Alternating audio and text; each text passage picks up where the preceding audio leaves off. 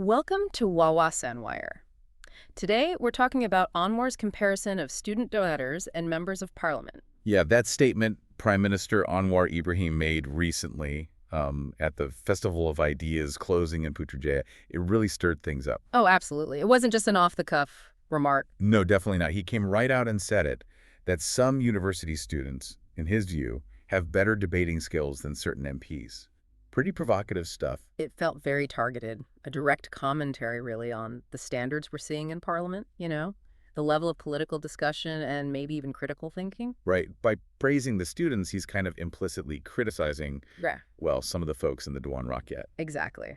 Setting up a stark contrast. It's less about the students themselves and more about the perceived lack of quality from some legislators. Okay, so let's get into his reasoning. What specifically did he point to about the students? Why do you think they were superior in this context? Well, he talked about watching them debate. He mentioned they bring novel viewpoints, fresh ideas. They're not just repeating old lines. And prepared, presumably. Yes, prepared. And crucially, he highlighted their proper demeanor, the way they conduct themselves. Proper demeanor. So like following the rules, being respectful, that sort of thing. Probably that, yeah. Think about structured academic debates. There's a certain formality, a focus on arguing the point, not attacking the person. It's quite different from, well, some scenes we've witnessed. Definitely a contrast sometimes. So the flip side, what was his specific criticism of the MPs he was referring to? Was it just about manners? Not just manners, although that seemed part of it. The bigger issue he raised was substance, or the lack of it. He basically accused some MPs of criticizing the government without having fact-based evidence, or without really having a deep understanding of the policies they were attacking.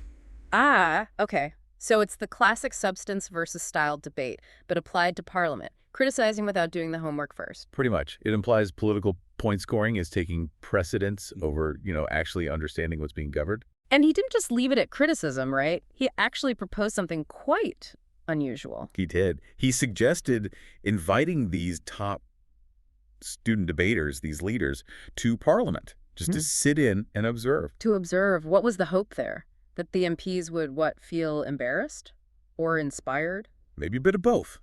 It's an interesting tactic. Could be a genuine push to improve standards, or perhaps a clever political move to highlight the opposition's perceived weaknesses. Either way, it puts the pressure on. To really hammer this point home, he used a specific example, didn't he? Something about a trade deal. Yes, the Malaysia-U.S. trade agreement, the one signed under the Trump administration. That became his case study for poor debate standards. Right, because that deal faced some really intense criticism from the opposition. Intense is putting it mildly. The language used was extreme, very dramatic, very designed to provoke a strong reaction. I remember some of that. Accusations like the government was surrendering to the U.S. Exactly. And it went even further. Some critics actually claim Malaysia was being recolonized by the United States through this agreement. Wow. Recolonized over a trade deal. That's strong language. Incredibly strong. And that's precisely the kind of rhetoric Anwar seemed to be targeting. When you use words like surrender and recolonization, you better have some serious facts to back it up. So his big question was, did they? Did the critics actually, read the agreement, understand? That was the implication. Were they reacting to the actual text or just using it as a political football without really engaging with the substance? It cuts to the core of informed versus inflammatory debate. Okay, so if the claim was about losing sovereignty, how did the government push back on that specific point? What was the factual counterargument? Well, Anwar, wearing his finance minister hat as well, immediately pointed to a very specific detail in the agreement itself, something he suggested the critics had either missed or perhaps ignored. And what was that detail? The agreement apparently includes an explicit exit clause. An exit clause. Okay, so like a get-out clause. Essentially, yes. It's a standard feature in many international agreements, but a crucial one. It basically provides a legal mechanism for Malaysia to withdraw or modify its obligations if the deal starts to seriously conflict with national interests, be it economic, security, or sovereignty. I see. So having that clause directly contradicts the idea of a permanent surrender or being colonized. It means Malaysia retains ultimate control. Precisely. It's a built-in safeguard. And highlighting its existence fundamentally challenges the narrative the opposition was pushing. Its omission from their critique was, from the government's perspective, quite telling. And wasn't the Investment, Trade, and Industry Minister, Tengku Zafrul, also involved in defending the deal? Yes, he weighed in too. He had to deny those claims about harming sovereignty. What was his angle? He focused on clarifying the scope of the agreement. He stressed that any restrictions it places on other countries are specifically tied to mutual concerns, things like economic security or national security issues. So it's not Malaysia unilaterally giving things up. It's about setting agreed rules for specific situations. Exactly. It's presented as a reciprocal arrangement for mutual benefit, operating under specific, agreed-upon conditions.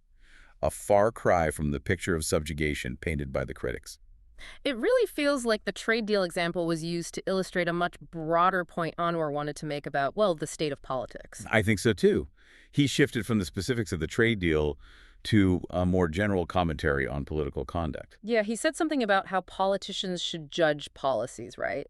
Not just about stirring things up. Correct. He urged politicians to evaluate policies based on whether they truly benefit the nation and the people, rather than just how effective they are at inciting hatred or division. That's a pretty direct call to raise the ethical bar in politics. Focus on outcomes, not just outrage. It is. And he coupled that with a very specific warning aimed squarely at members of parliament. What was that? He told them point blank to stop insulting other races or religions in their political discourse. The identity politics angle. Yes. He explicitly called that kind of tactic, using race or religion to score points, unhealthy politics.